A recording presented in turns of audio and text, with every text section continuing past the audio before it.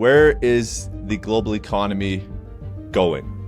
The global economy is going down. Everything was artificially popped up, and now that is going down. Look at the numbers. Look at the people that were fired last year.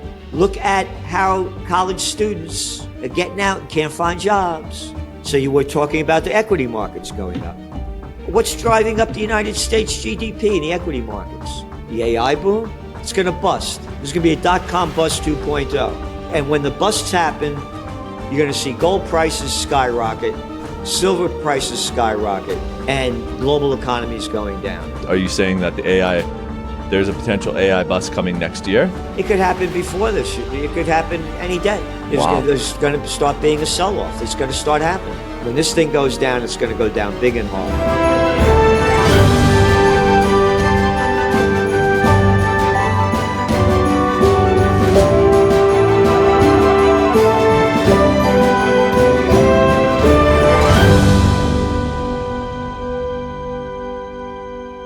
Hey everyone, this podcast is not investment advice, and I'm certainly not a financial advisor. Just a guy who spends too much time reading about markets. Before investing, do your own research, talk to a licensed advisor, and remember, risk is part of the game. All right, welcome back to another Pinnacle Digest pod. We are ending 2025 with interest rates probably going lower under political pressure from Trump. US debt is continuing to skyrocket.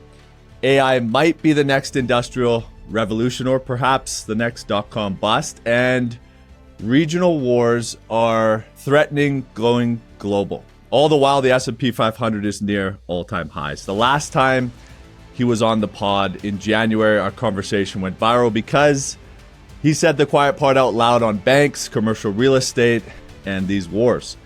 Gerald Celente doesn't hedge, he doesn't spin. And why I love him, he does not hold back. Gerald is a founder of the Trends Journal, one of the few publications that consistently connects geopolitics, markets, and society into one clear picture.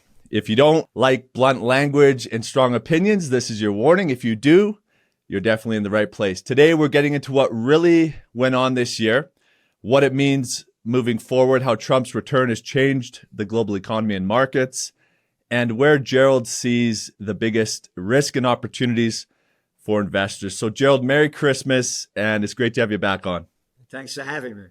When we look at this past year, the rate cuts, the tariffs, debt continuing to skyrocket, the war spreading, where do you see things headed? Where is the global economy going?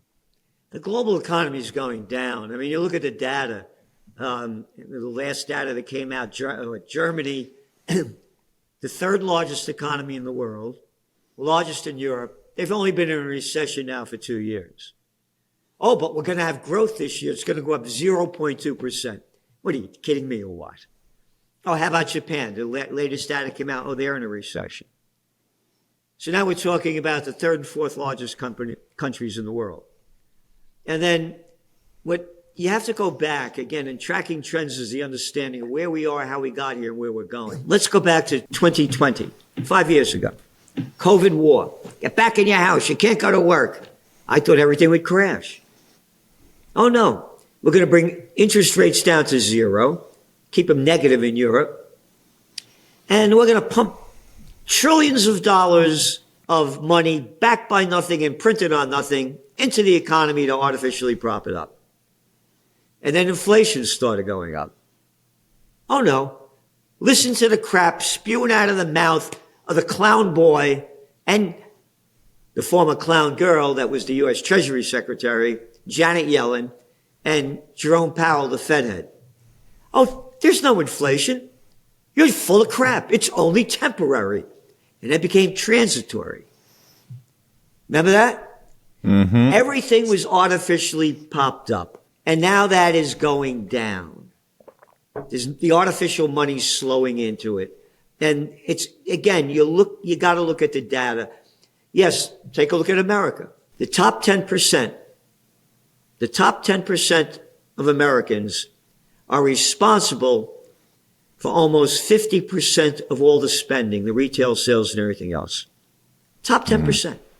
for 50%.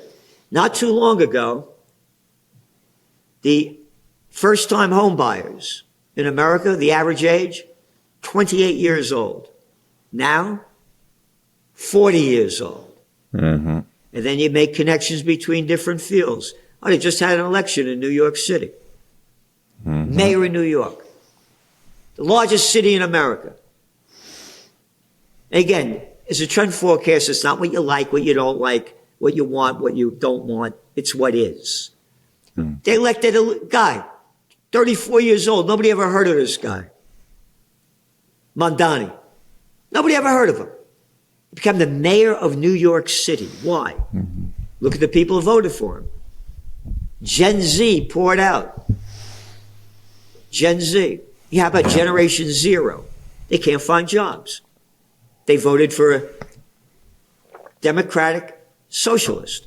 I'm going to give you free bus rides, free childcare. They're not going to raise the rent. On and on. I'm going to give you, because I can't find a job. Look at the numbers. Look at the people that were fired last year. Look at how college students are getting out and can't find jobs.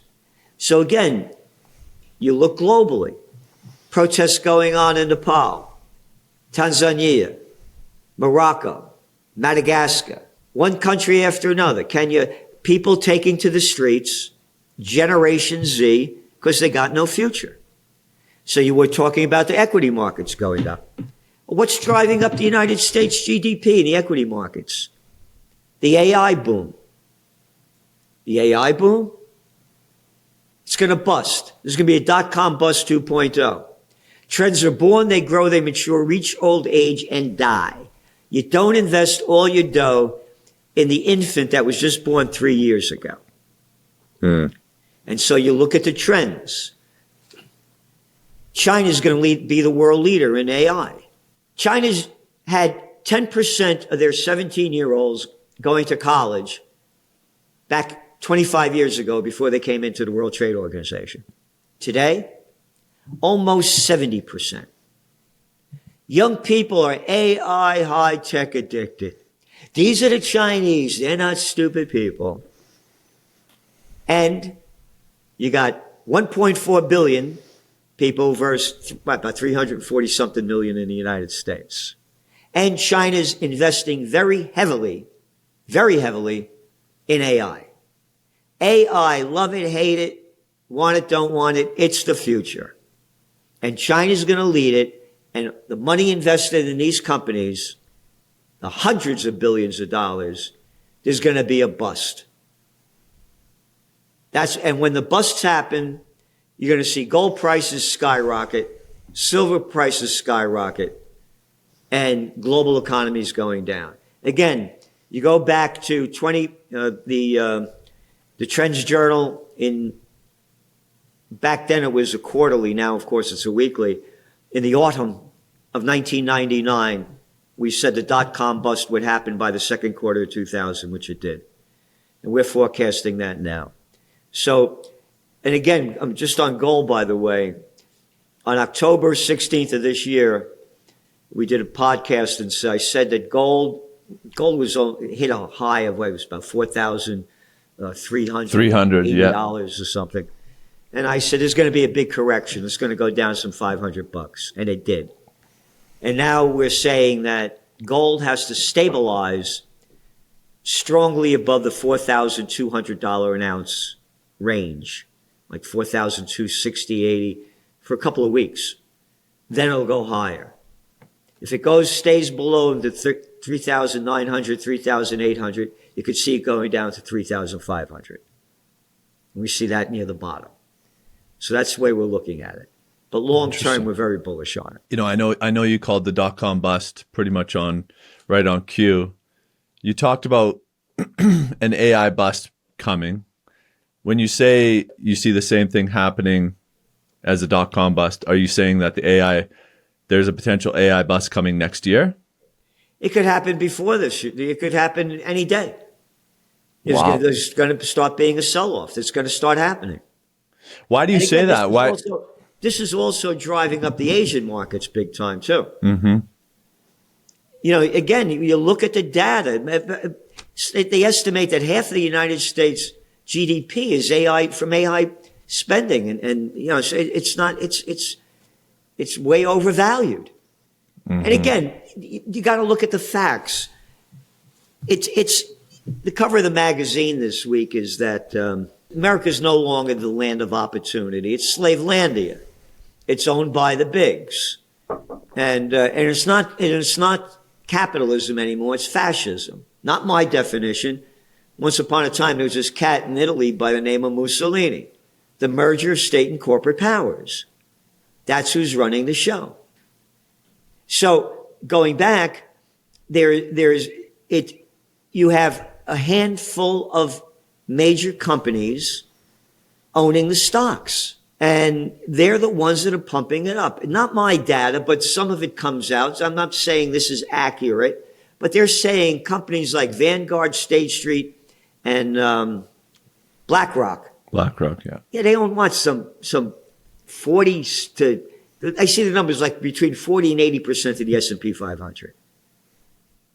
When I was a young man, and I'm the same age as Trump, there were no venture capitalists. There were no hedge funds. There were no private equity groups. It used to be the land of opportunity.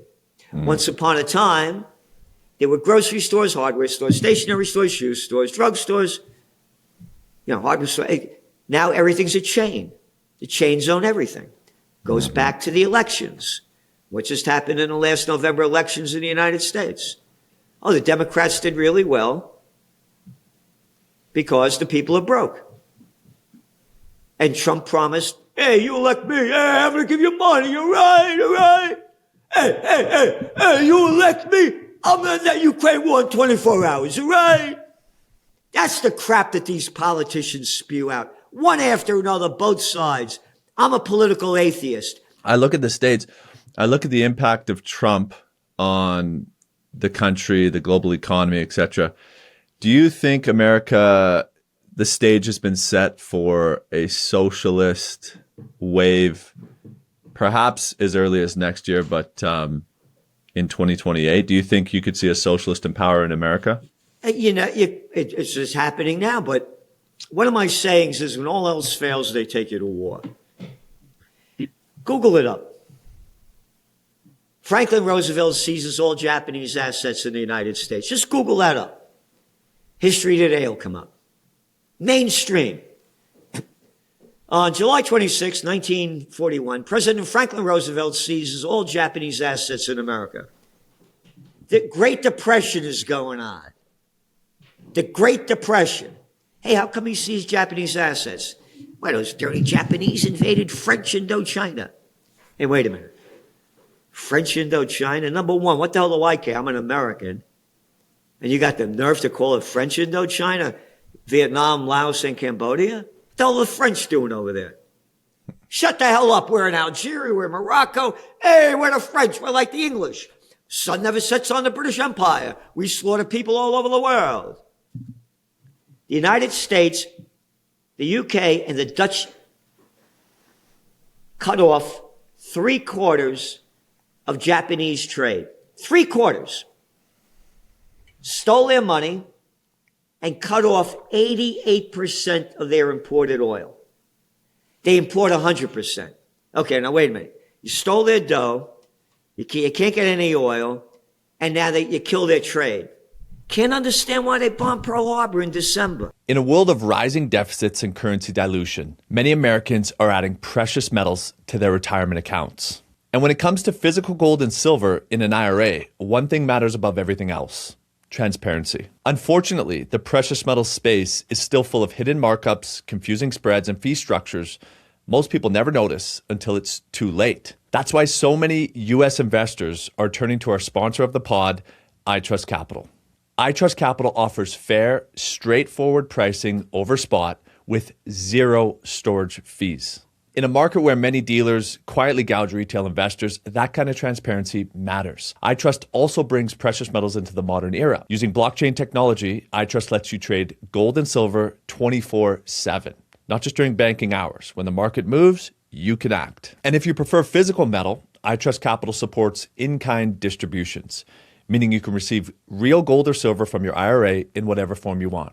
Bars, coins, you name it. And for those who want exposure to crypto, iTrust lets you hold Bitcoin and Ethereum inside the same IRA as your metals. So if you're a US investor looking for a modern, transparent way to own gold, silver, or crypto inside a tax-advantaged IRA, use our link in the video description to get our partnership offer. A $100 funding bonus when you open and fund your account with iTrustCapital. Go back to the dot-com bust. The NASDAQ is down 80%. A little boy of nothing with a pair of cojones smaller than a mothball if he has any. Little Georgie Bush. 9/11 happens. We're going to get that guy Osama bin Laden dead or alive. 90% of the people swallowed the crap spewing in that little boy's mouth. I got it? 90%. Everybody forgot about the dot-com bust. The NASDAQ losing 80% of its value. And what did they do? Hey, you don't have a job? You out of work? Deep in debt? Hey, don't worry about it. Sign over here. We got a subprime mortgage. Oh, and the derivative scam. And it artificially propped up the economy. I believe, so when you ask me about the elections, that midterms are coming up next November, anything can happen between now and then. And Trump will do everything he can to maintain his power. What do you think that means for Trump then? Is it more spending? I mean, the debt this year I think is going to hit 2-something trillion again, very similar to what Biden ran the previous year. What's in Trump's playbook? What do you think he's going to pull out next year? He's going to do everything to prop up the economy. I mean, there's no what can he do though? What can he do? Again, lower interest rates again. Right. Pump money in, whatever they want to make up. Again, go back to the COVID. You don't have you can't go to work. Here's some free money. Yeah. Oh, how about the trillions of dollars that you gave to the big companies? All right? They'll do anything. They'll make, here, I thought the markets would crash in 2012. I was wrong. They didn't teach me about zero interest rate policy or quantitative easing in economics 101 at graduate school. Quantitative easing? What do we read? All right? They'll make up any crap they want. And this is one reason that's one reason, Gerald, why I have such a hard time moving to cash or getting out of equities is because I feel like there's just a new monetary tool that they can create on a whim. I mean, this bull market essentially has been going on for 15 years. Why can't it go on for another 3 to 5 years? You're 100% right. But there's going to be a dot-com bust. That's what we're forecasting. When the dot-com bust happens, that's going to bring down the equity markets and crash the global economy, just like it did the Panic of '08, which is we took out the domain name of the Panic of '08 in 2007. We call that one too. And that's what we're looking at. This is not going to be it's not going to be a depression. It's going to be the greatest depression. The global economies around the world have been artificially propped up. And when this thing goes down, it's going to go down big and hard. And you're thinking that could be as early as next year? Yes. Absolutely. Jeez. Absolutely. Where would you hide if you're an investor? Where would you hide in such a scenario? I don't give financial advice, only speaking for myself. As one of my sayings, Gerald Celente's GC's 3Gs, guns, gold, and a getaway plan. I'm very bullish on precious metals, have been. Likewise. Go to the cover of the Trends Journal 2020. Here, the facts are there. It's in the magazine. I think it was September or December, I forget, of 2023. We said that gold bottomed when it hit around $1,850 an ounce. We said, this is the bottom. And that was I think it was in September 2023. And then for our top trends in 2024, we said a golden year for gold. Gold went up some 30% last year, 2024. So we're very bullish on it. And also, when things go down, real estate prices are going to, they're going to go down heavy. Not a crash, but they're going to go down. So I invest for myself, only speaking for myself. I'm not a good cat playing the equity markets. Gold, silver, and real estate. I have buildings up here in Kingston, New York. Kingston was the first capital of New York State before the British burnt it down. It was the third Dutch settlement. There are more pre-Revolutionary War stone buildings here than any place else in America. And I own 3 on the most historic 4 corners in America. The only place with pre-Revolutionary War stone buildings on each corner. Wow. I bought 4 buildings in 2012, right at the bottom. And now Kingston is like one of the hottest places in New York State.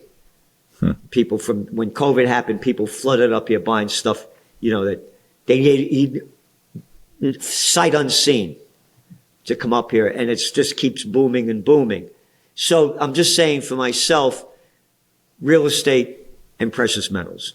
But again, the real estate when the things go down, not now. Yeah, right. So I want to, because when you were last on, you talked about commercial real estate and the impending threat that it was, all the mortgages tied to commercial real estate. How does that look now, 11, 12 months later? There's an article in this week's Trends Journal. Here's how we said it. Today, again, this was on December 9th. CNBC reported, quote, "The recovery in commercial real estate has been slow and bumpy, much like interest rate policy over the past few years. The two, of course, are deeply connected." They quoted Kevin Fagan, head of CRE Realty Capital at Moody's, who said, quote, "More than an imminent downturn in the commercial real estate capital markets, the slip to negative growth in October 2025 reflects the statements going on between buyers and sellers. And the bottom of the U-shaped recovery from 2023, low volumes, has been lengthened by persistently high interest rates and policy and economic uncertainty of 2025. They go on to note that, quote, "Office continued its rocky recovery with either discounts or property conversions as part of the story." And the front page of the Wall Street Journal's business and finance section, real estate tycoon's San Diego exit is turning the city upside down. They detail that the largest office building owner in San Diego, now we're talking San Diego, all right? We're not talking Columbus, Ohio. We're talking San Diego, a top city, has been dumping office towers since 2024 at deep discounts, such as the one of One American Plaza, which they say changed hands for more than 50% below what he bought it for. Okay? Jeez. We said this how long ago? Office building bust? Yeah. Totally ignored. Totally ignored. Here, Google it up. Castle System, Kastle Systems, and put in office occupancy rate. I haven't looked at it in the last week or so, but the last time I looked at it was about 54.8%. Occupancy. Go back to pre-COVID. It was like 85, 95%. Yeah. There's going to be failures. They're not going to be able to pay the debt on these buildings. Go back to 2023, ancient history. 3 banks went down. First Republic, Signature, and Silicon Valley Bank. 3. Down went the equity markets, up went gold. 3 banks? You're going to see more than 3 banks going down. They're not going to be able to pay off these loans. No way, no how. In the office buildings. Your office vacancy rate is reported at around 20%. Before COVID, 11%. Doubled. So, we go on to say, quote, "The central business district is contending with quality of life issues such as crime and homelessness." All right. Again, I'm a guy born in the Bronx. I know New York City. Whole different city, man. Go all around. People sleeping out in the streets everywhere. Crime. One wife said when they locked down everybody during COVID war, they destroyed the lives and livelihoods of hundreds of millions of people. And I said, when people lose everything and have nothing left to lose, they lose it. And they've lost it. And again, going back to why this guy, Mondani, won in New York City. Yeah. And why they won the governorships of New Jersey and Virginia, the Democrats. So that's what we're seeing more of. And they're going to do everything they can to prop up the economy. I love your forecasting. I know you pay attention, obviously, to geopolitics as much as anything. There's a lot of regional conflicts going on around the world. Obviously, Ukraine, Russia's massive, has the potential to pull a lot of countries into basically a world war. What's going on in Venezuela? What is this all about? You think the United States would have invaded Iraq, Libya, and Syria if their major export was broccoli? Valid. It's about oil. Again, we only write the facts. Go back to your Trends Journal back in 2019, 2020, when Trump was trying to overthrow the Maduro government in Venezuela and brought in that little clown boy of nothing, Juan Guaido. Google it up. Right, yeah. Google up Trump's State of the Union address. What happened to that guy? Google it up. Trump brought him to his State of the Union address. Yeah, I remember. Yeah.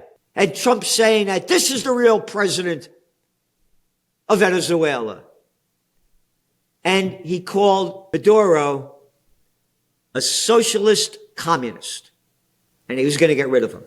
Hey, wait a minute. Gatson, you said he was a socialist communist now. Oh, now it's about drugs. Killing people in boats. In violation of every law in the world. Hey, we got proof. They got drugs in there. Yo, we're going to kill them. Hey, you don't kill them for that. You arrest them. If they got drugs, then you throw them in jail. You don't kill them. I can kill anybody I want. Don't you know who I am? I'm the president. Again, one slime ball after another. Obama, the Nobel Peace of Crap Prize winner. I want that guy Gaddafi out of there. I want that guy Assad out of there. One jerk after, and I just talk about little Georgie Bush, little Joe Biden, him and Trump. They're 5 draft deferments, both of them. But boy, do they love war, huh? Yeah. Look at that Biden over $200 billion of our money to keep the Ukraine war going. And a little clown boy who was our Secretary of State at the time, Anthony Blinken. Oh, my daddy was the ambassador to Belgium. My uncle was the ambassador to Hungary, or vice versa. I went to Dalton. I went to Harvard. Don't you know who I am? Keeping a genocide going over there. And yeah, that was Joe Biden. And Trump kept it going. The genocide, slaughtering Palestinian people right in front of everybody's eyes. And who gives a damn? You know, I look at the situation in Ukraine, Russia, and Trump, you know, when he was running, he said, you know, I'll have the war ended in a day. Yep. It certainly doesn't seem like that's going to happen anytime soon. The question I would love to know your take on, do you think this has or will turn into a multi-country war? In other words, equipment, military personnel on the ground in Ukraine from NATO countries. Do you think that's going to happen? Yeah. Again, we write the facts. And again, they asked a cat by the name of Einstein, who knew a thing about the atomic bomb. They asked him, what kind of weapons will be used to fight the Third World War? He said, I don't know, but they'll be using sticks and stones to fight the fourth. In a world of rising deficits and currency dilution, many Americans are adding precious metals to their retirement accounts. And when it comes to physical gold and silver in an IRA, one thing matters above everything else: transparency. Unfortunately, the precious metals space is still full of hidden markups, confusing spreads, and fee structures most people never notice until it's too late. That's why so many U.S. investors are turning to our sponsor of the pod, iTrustCapital. iTrustCapital offers fair, straightforward pricing over spot with zero storage fees. In a market where many dealers quietly gouge retail investors, that kind of transparency matters. iTrust also brings precious metals into the modern era. Using blockchain technology, iTrust lets you trade gold and silver 24/7, not just during banking hours. When the market moves, you can act. And if you prefer physical metal, iTrustCapital supports in-kind distributions, meaning you can receive real gold or silver from your IRA in whatever form you want. Bars, coins, you name it. And for those who want exposure to crypto, iTrust lets you hold Bitcoin and Ethereum inside the same IRA as your metals. So if you're a US investor looking for a modern, transparent way to own gold, silver, or crypto inside a tax-advantaged IRA, use our link in the video description to get our partnership offer. A $100 funding bonus when you open and fund your account with iTrustCapital. I really hope that's not the case, but yeah, it certainly seems like this is not going to be coming to an end. And I've been reading all the reports from France and other nations rearming or building up their armament, or even I think it was in France where one official said that we need to get the hospitals ready for potential mass injuries and possible casualties if they go to war. So it's pretty scary stuff. I appreciate your full breakdown on things. So to put it in a nut, to wrap things up nicely, you think equity markets, and again, not financial advice, but from what you're seeing, you see equity markets due for a pretty significant crash. Yep. You like hard assets, real estate, you do think could suffer from the correction or crash in the markets, but long term, you continue to be bullish on precious metals. Yep. And when you say precious metals, you're basically saying silver and gold. Do you do any other stuff like platinum or palladium? No, I don't know enough about that. Just silver and gold. Again, fair enough. This is one of my books, Trend Tracking. Far better than Megatrends, Time Magazine. And I write about how I started buying gold in 1978 when the Iranian conflict broke out. And again, people had you just taught to hate Iran, but having people, in the Bronx, we used to say, people don't know dick about shit. They sold the lies of, the Shah being this wonderful guy, and people had no idea how the United States and the UK overthrew the democratically elected government of Mohammad Mossadegh in Iran back in 1953 and brought in the Shah and the Savak, the secret police, because Mossadegh had the nerve to say, the oil in Iran belongs to the Iranian people. Not Anglo-Iranian oil, better known today as BP, or Standard Oil, better known today as ExxonMobil. And again, you can look up the facts. Winston Churchill and Kermit Roosevelt, Theodore Roosevelt's grandson, he was with the CIA, the MI6, and they overthrew the government and brought in the Savak, the secret police in Iran. So anyway, when it started to happen, that's when I became a political atheist. And I started investing I started buying gold and oil futures back then. And so I've been buying gold since then. And this is very important. They keep saying that gold prices are going up now like they haven't gone up since 78. Yeah, they're right. But it's totally different now. Back then, America was number one. China, look it up. China's gross domestic product back in 1978, about $150 billion. What's it today? 20 trillion? Yeah, 20 trillion. And back then, the United States GDP was about 4.5 trillion. So 4.5 trillion versus 128 billion, there were nobodies. It's a different world now.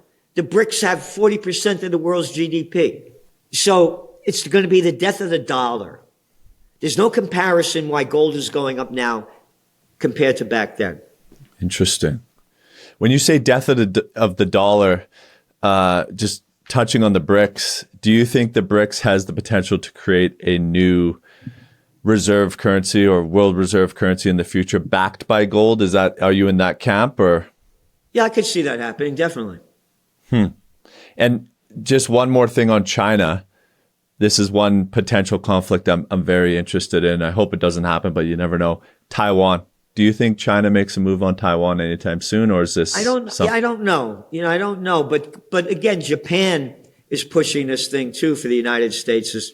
Oh, Japan, you liked World War II with Japan. I forgot. Okay. And you like Germany. Okay, I forgot those two. Anyway, they're pushing the United States into supplying more and more armaments to fight the Chinese. There's no way that if China goes to war with Taiwan, there's no way anybody's going to stop them. China has the biggest naval fleet in the world. There are 1.4 billion of them. America hasn't won a war since World War II. Then they wouldn't have won that without the Russians, but you cannot allow to say that, you know. But there's no way. And China's going to take over Taiwan sometime. Again, what is Taiwan? And what is it of my business? It was part of China for what? The Ming Dynasty? And then when they had the revolution in China and they threw out Chiang Kai-shek and they moved to what they call Formosa back then. So, Crazy. you know, now it's Taiwan, you know, there's going to be a takeover at some time, and they'll keep escalating the war. And again, I launched a movement called Occupy Peace. Everybody could go to occupypeace.com.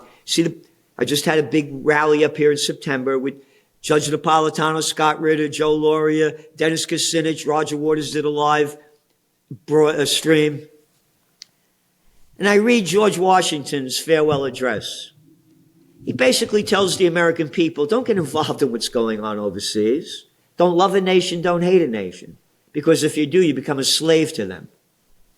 And basically, this crap has been going on for centuries. We're not going to fix it. It's none of our business, and we're not going to fix it. So stay home and protect the homeland.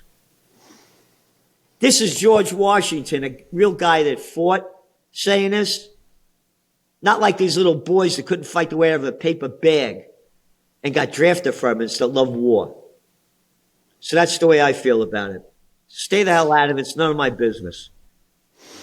Well said, Gerald. Well, I really appreciate your time. Always enlightening chats. Where can our viewers find you online and tell us a little bit more about the Trends Journal? The Trends Journal is a weekly magazine. Again, we only write the facts.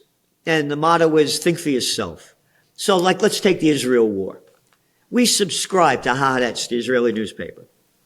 Go to Times of Israel, Jerusalem Post, Ynet. Want to hear everything they have to say in Israel. Oh, we also go to IRNA, ISNA, Press TV, Tehran Times. Want to hear what the Iranians have to say.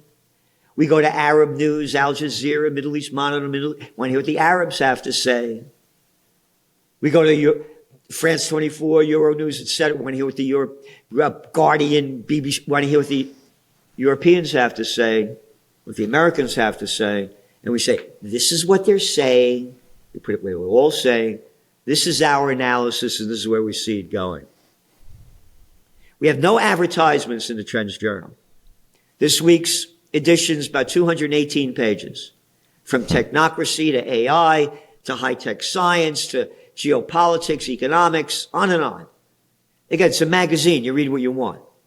It's online. You could print it out as a PDF. You could listen to it. And for the grand total of $2.59 a week. Nothing. So we're giving people everything they can to help them prepare, prevail, and prosper in these times ahead. We're giving them history before it happens. And again, here, another one of my books, Trends 2000, international bestseller. You know, they don't teach trend forecasting in Harvard, Princeton, Yale, Cambridge. They don't know how to do it. Here, the new year's coming up. Watch what they all do. This is what happened last year. That's going to be the news. What the hell do I care what happened last year? What's going to happen next year? There's nothing like the Trends Journal. I mean, if you want a breakdown of what's happening, whether you're an investor or a political junkie, it doesn't really matter. If you want a breakdown of what's happening globally, I don't think there's anything like it. And you've been doing it for decades. You've been making some great calls. Gerald, I appreciate your time. Merry Christmas. And thank you so much for joining me today. Thank you for having me on, and Merry Christmas and a Happy New Year.